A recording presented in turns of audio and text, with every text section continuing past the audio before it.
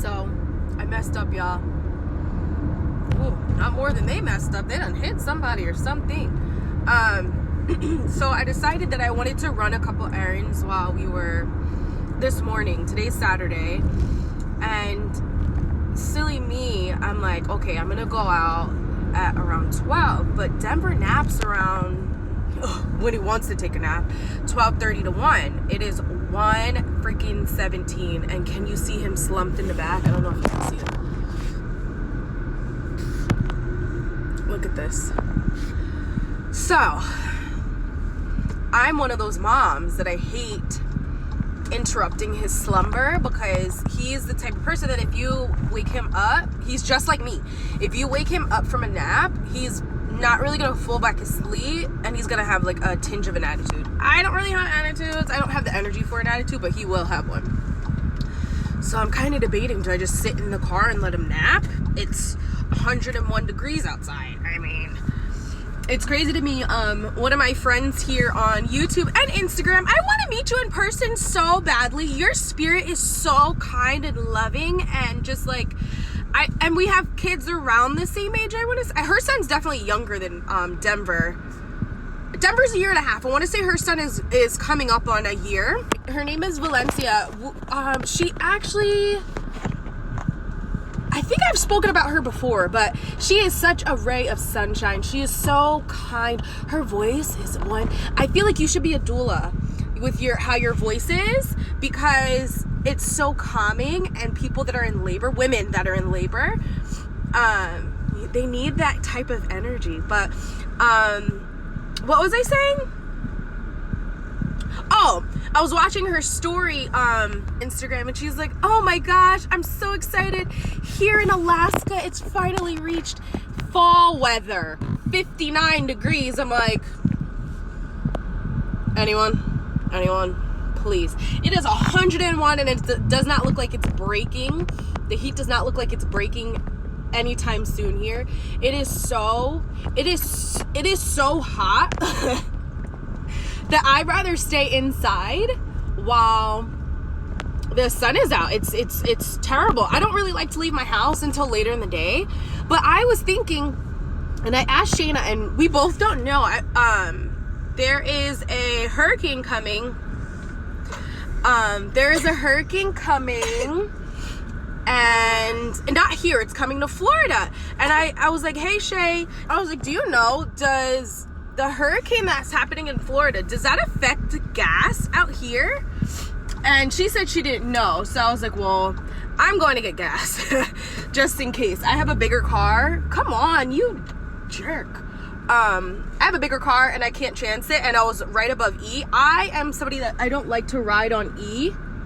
Oh, I guess I'll park next to them. I hate parking next to one of my neighbors, because they have a truck, and they have a truck like hard, heavy doors, but I guess I gotta do what I gotta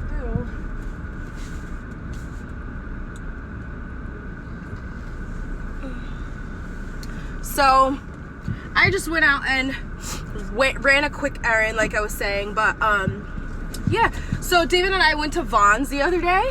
It's a grocery store. Vons is similar to ShopRite, if you guys live in New York. It's similar to ShopRite, or what was the one on Five Corners?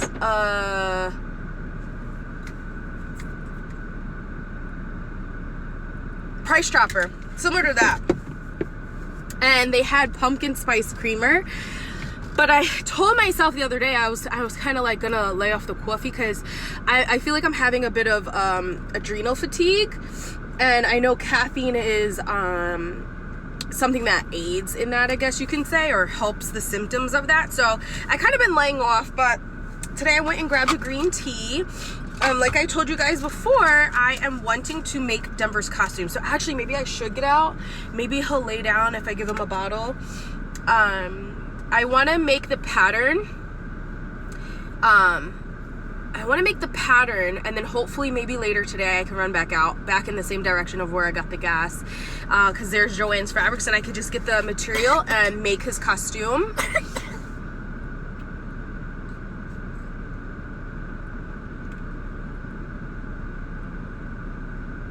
I know I'm kind of starting early, but you can never be too early when, you know, when you have a kid. So, and then maybe if I have enough time, I'll do another costume. But I would like to make the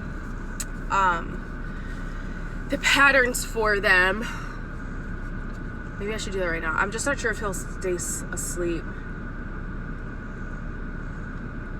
But yeah, I know you guys, I want to thank you guys for commenting on my last video. Here it's just been really difficult, and I hate to sound like a complainer. I'm not complaining at all. My life is very blessed. I'm very blessed to be in the position that I am in. But to continue on with a hobby of yours and try to make your hobby turn into like a job, and your job turn into like your dreams, like I could see my future, but sometimes the hurdles are it's just so much sometimes, you know. And I never thought that I never really thought it would be so hard to continue on, only because when I was in New York, I was working from home. I was doing my freelance stuff, styling and writing for different websites and stuff, and I was also watching my sister's kids. But the tables turn when it's your own kid. When you know, I would watch my sister's kids from, I don't know, say 8 o'clock in the morning till 4 in the afternoon, but after that they would go home. And Denver, he's mine, so he's around me all the time. I have him all of the time, and sometimes it's hard to get things done in a professional manner when your kid's hanging off your ankles, you know. So I'm just really trying to put together an editorial calendar and really have things locked down. And you're driving like a jerk. Like, oh my gosh, I gotta get out of here. We gotta move. I hate moving, but I really want to move from here. I don't think I've ever wanted to move from somewhere so badly. But do I even have the mental capacity to go find another apartment or another house? We were looking at buying a house out here. Look at how these Rambos go. Yeah, we were looking at buying a house out here, but I just had to put a pause on it. It's just too much. And like I was telling you, a part of why I was having like that mental breakdown or that mental overload partially was hormonal. Where's my sun thing? Partially was hormonal, but a lot of it was outside stresses, you know, work stresses and really life stresses and all that stuff. I put a visor up to help with the sun, especially if this is going to be like my forever car. We're going to be keeping this one for a while. I want to try to keep everything in a pretty good condition where I won't have to be fixing things on the car. So I just use that. It's literally a $2 fix, and it just helps keep the sun directly off of the dash. So have my green tea. Oh, can I get him out of the car?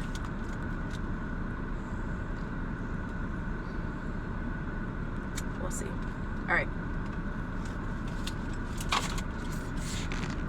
Okay, so I don't have a light box here. I used to have a light box, and I don't know what happened to it. I had one when I was in college, so you can transfer your prints easy. So I have it here. I need to cut out a white bodice, but I need to transfer the pattern. And this is the easiest way without ruining what I did here. So I'm gonna do that really quick. One thing to not do with your kid is go into Joann's Fabrics. Oh, now it's high. Now it's high. Oh my gosh, this kid.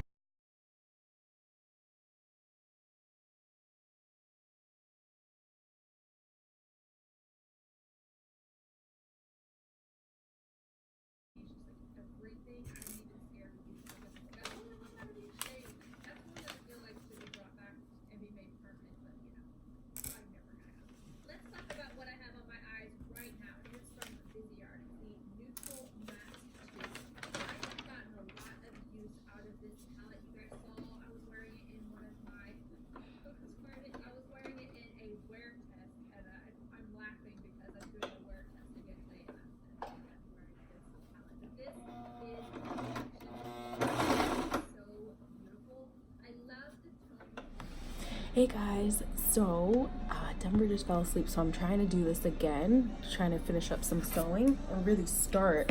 I've had the hardest time trying to get this fabric to sew. For some reason, it doesn't matter. I've changed the needle about 5 different times. I even ran to Joann's this morning with Denver to see if it was like the way I'm threading the bobbin or the needle.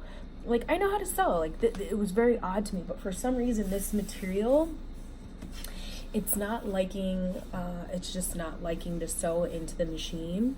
So what I did, I kind of tried to like outsmart the system, if you will.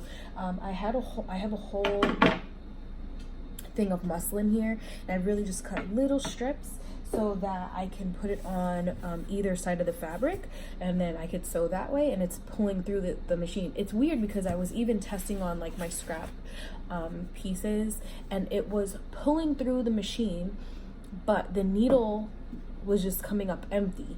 Like the string was still in there, the string was through the bobbin and all that stuff. So I kind of just had to use my noggin here. So hopefully it doesn't go like this for the whole time that I'm making it, but if it does, at least I have a whole thing of muslin to work with. So that's what I'm doing.